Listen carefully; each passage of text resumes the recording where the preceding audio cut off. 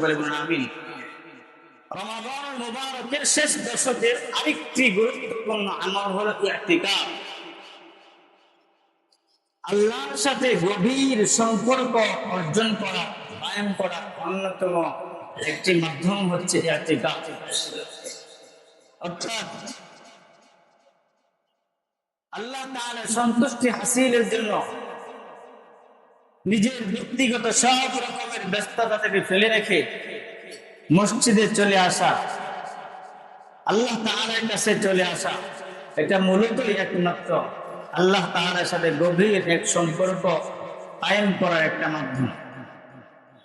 ইতিকাফের আবিধানিক হলো অবস্থান করা, নিবেদিত হওয়া। কার জন্য? আল্লাহর জন্য। আল্লাহর জন্য নিবেদিত হওয়া। ইতিকাফ তিন প্রকার। একটা হলো সুন্নাত ইতিকাফ, যেটা রমজান মাসের শেষ দশকে করা হয়। দ্বিতীয় নম্বর হলো নফল ইতিকাফ, 10 দিনের কম সারা বছরে যখনই মসজিদে আসা নিয়ম হলো ইতিকাফের নিয়তে মসজিদে প্রবেশ করা, এটা হলো নফল ইতিকাফ। আর তৃতীয় নম্বর হলো ওয়াজিব ইতিকাফ। কেউ যদি মান্যত করে, আমার যদি এই কাজটা হয়ে যায় তাহলে আমি 3 দিন ইতিকাফ করব বা 1 দিন ইতিকাফ করব, তখন সেটা পুরা করা হচ্ছে ওয়াজিব। তাহলে ইতিকাফ কয় প্রকার? 3 প্রকার: সুন্নাত ইতিকাফ, নফল ইতিকাফ, ওয়াজিব ইতিকাফ। বাকি রমজানের শেষ দশকে যে ইতিকাফটা সুন্নত, এই সুন্নতকে সুন্নতে মুআক্কাদায়ে কিফায়া বলা হয়। যেরকম ভাবে জানাজার নামাজ ফরজে কিফায়া, মহল্লার যে কোনো একজন জানাজার নামাজে শরীক হয়ে গেলে সকলের উপর থেকে আদায় হয়ে যায়, ঠিক এরকম ভাবে সুন্নত ইতিকাফ হচ্ছে সুন্নতে মুআক্কাদায়ে কিফায়া, মহল্লার যে কোনো একজন। তো বাহিরের নাকি মহল্লা? বলে কিসের? মহল্লা। এখন যারা ভাড়া থাকেন তারা কি মহল্লা?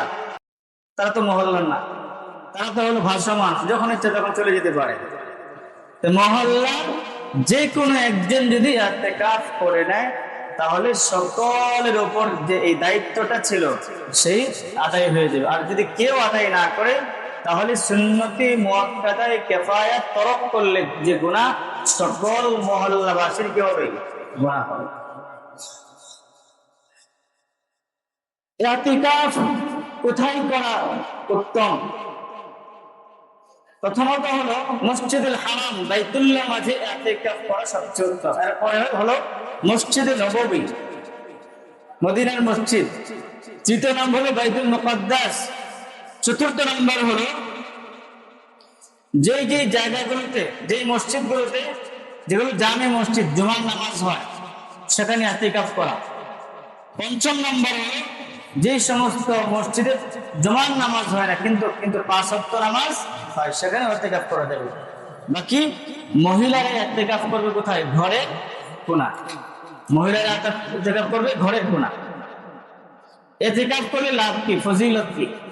ইতিকাফের 1 নম্বর ফজিলত, রাসূল বলেন, হুয়া ইয়াহতাকিফু যুনুবা ওয়া ইয়াজরি লাহু মিনাল হাসানাতি লিআমিলিল হাসানাতি কুল্লিহা। একজন ব্যক্তি যদি একমাত্র আল্লাহ তাআলার সন্তুষ্টি হাসিলের জন্য মসজিদে ইতিকাফ করে, আল্লাহ রাব্বুল আলামিন এর উসিলা করে বাহিরে থাকলে সে যত নেক আমল করত, মসজিদে বসে বসেই সেই সকল নেক আমলের সব পেয়ে যাবে। সুবহানাল্লাহ। যেরকম কথার কথা জানাজায় শরীক হলে সব হয় কি হয় না? কেউ যদি শুধু জানাজা পর্যন্ত থাকে তাহলে তাকে 1 কিরাত সব দেওয়া হয়। আর যদি কেউ কাফন দাফন শেষ করে পড়ে আসে তাহলে তাকে 2 কিরাত সব দেওয়া হয়। 1 কিরাতের পরিমাণ উহুদ পাহাড় পরিমাণ। কি পাহাড় পরিমাণ? তাহলে একজন দেখছেন, একজন মুসলমানকে আল্লাহ তাআলা কতটুকু মূল্য দিয়েছে। সে মারা গেছে, এখন মানুষ তো এমনি যাবে না, মানুষ তো লাভ ছাড়া যেতে চায় না, এই জন্য লাভ দেখাইছে। লাভ কি? যে তুমি যদি একজন মুসলমানের জানাজায় যাও, মূলত হলে ওই একজন মুমিন মৃত মুসলমানকে সম্মান দেওয়া। আল্লাহ তাআলা চান যাতে একজন মুসলমান সে মারা গেলে যতটুকু সম্মান পায়, এই জন্য তার জানাজায় যেন মানুষ দলে দলে যোগদান করে তাকে সম্মানের সাথে বিদায় দেয়। এই জন্য আল্লাহ তাআলা কি করছেন, রাসূলকে দিয়ে ফজিলত বর্ণনা করছেন যে তার জানাজায় তুমি যদি যাও তাহলে কি হবে, আল্লাহ তাআলা তোমাকে শুধু জানাজা পর্যন্ত থাকলে 1 উহুদ পরিমাণ সওয়াব তোমাকে দেওয়া হবে। সুবহানাল্লাহ। আর যদি দাফন কাফন পর্যন্ত থাকো, শেষ তুমি আসো, তাহলে তবে তোমাকে 2 উহুদ পাহাড় পরিমাণ সওয়াব দেওয়া হবে। সুবহানাল্লাহ। একজন মুসলমানের কত দাম। তা রাসূল বলেছেন যে কেউ যদি জানাজায় শরীক হলে সওয়াব হয়, কিন্তু ইতিকাফ ব্যক্তিত ইতিকাফরত অবস্থায় জানাজায় শরীক হতে পারে না। একজন অসুস্থ ব্যক্তিকে দেখতে গেলে কত সওয়াব। আমরা তো এমনি যাইতাম না, কি দরকার আছে একজন অসুস্থ মানুষকে দেখার যাওয়ার, এটা সেটা যেতে চায় না। এই জন্য রাসূল ফজিলত বর্ণনা করেছেন, কেউ যদি সকালবেলা একজন অসুস্থ ব্যক্তিকে দেখতে যায়, ওই ব্যক্তির জন্য সন্ধ্যা পর্যন্ত 70,000 ফেরেশতা রহমতের দোয়া করতে থাকে। আবার অসুস্থ ব্যক্তিকে কেউ যদি সন্ধ্যার সময় দেখতে যায়, একবারে সকাল পর্যন্ত 70,000 ফেরেশতা ওই ব্যক্তির জন্য রহমতের দোয়া করতে থাকে। আল্লাহ মূলত চান যাতে করে একজন মুসলমান আরেকজন মুসলমানের পাশে দাঁড়ায়। এখন এমনিতে যাইব না মানুষ, তাই ফজিলত বলে দিছে, লাভ হবে এটা। তুমি যদি যাও এই লাভটা তুমি পাওয়া যাবে, এই সবটা তুমি পাওয়া যাবে। এখন ইতিকাফরত থাকলে তো সে যেতে পারতেছে না, রোগী দেখতে যেতে পারতেছে না, না যেতে পারলেও এখানে সে আল্লাহর জন্য ইতিকাফ করার কারণে, সে কুরবানি করার কারণে সেই পরিমাণ সওয়াব সে পেয়ে যায়। দ্বিতীয় নম্বর লাভ হলো, আল্লাহর হাবিব বলেন, عن عبد الله بن عباس رضي الله عن النبي صلى الله عليه وسلم قال في المعتكف ومن اعتكف يوما ابتغاء وجه الله جعل الله بينه وبين النار 3 قناديل।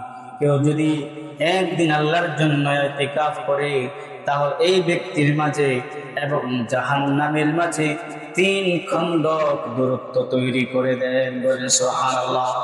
1 খন্দকের দূরত্ব হলো আসমান জমিন, আসমান। তাহলে 3 খন্দক হলে কতটুকু দূরত্ব হবে? একদিন ইতিকাফ করলে আল্লাহর জন্য, তাহলে কেউ যদি 10 দিন ইতিকাফ করে তাহলে সে কি পরিমাণ সওয়াব পাবে। তৃতীয় নম্বর হলো, মান ইতাকাফা আশারান ফি রমাদান কাহাজ্জাতাইনি ওয়া উমরাতাইনি। কেউ যদি আল্লাহ তাআলার জন্য রমজান মাসের শেষ 10 দিন ইতিকাফ করে, আল্লাহ তাআলা তাকে 2টি হজ এবং 2টি উমরা করার সওয়াব দান করেন। এই জন্য প্রিয় হাজির, যাদের কোনো মাশগুলাত নাই, কোনো ব্যস্ততা নাই, কেউ কোনো সমস্যা করবে না, হ্যাঁ, নিজ ইচ্ছায় স্বেচ্ছায় একমাত্র আল্লাহর সন্তুষ্টির জন্য প্রস্তুতি নেন ইনশাআল্লাহ। আগামী মঙ্গলবার সন্ধ্যা থেকে বসতে হবে। আগামী মঙ্গলবার মাগরিবের আগেই, ইফতারের আগে মসজিদে চলে আসতে হবে। আবার যখন ঈদের চাঁদ উঠলে আপনি চলে যেতে পারবেন, সমস্যা। ইতিকাফ কি কারণে ভেঙে যায়?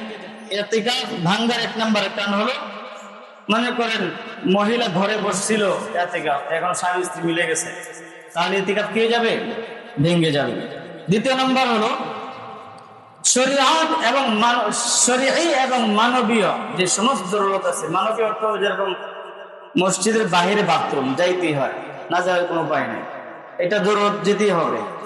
এরপর মনে করেন কারো গোসল ফরজ হয়েছে, যেতেই হবে। এই সমস্ত কারণ ছাড়া এমনি মসজিদের বাহিরে গেলে পেয়ে যাবে, ইতিকাফ ভেঙে যাবে। কেউ যদি জানাজা যায় ইতিকাফ ভেঙে যাবে। রোগী দেখতে গেলে ইতিকাফ ভেঙে যাবে। কেউ যদি ইতিকাফ কত ছিল কিন্তু সে পাগল হয়ে গেছে, তাও কি যাবে, ইতিকাফ ভেঙে যাবে। এই জন্য প্রিয় হাজিরিন, আমরা যদি ফজিলত অর্জন করতে চাই, বিশেষ করে ইতিকাফের অন্যতম ফজিলত হলো যারা ইতিকাফ করে তারা লাইলাতুল কদর পেয়ে যায়। বলেন সুবহানাল্লাহ। কারণ তারা কোথায় থাকে? মসজিদে থাকে। যেহেতু মসজিদে থাকে, ইবাদতে থাকে, লাইলাতুল কদর অটোমেটিক তারা পায়। আল্লাহ রাব্বুল আলামিন আমাদের সকল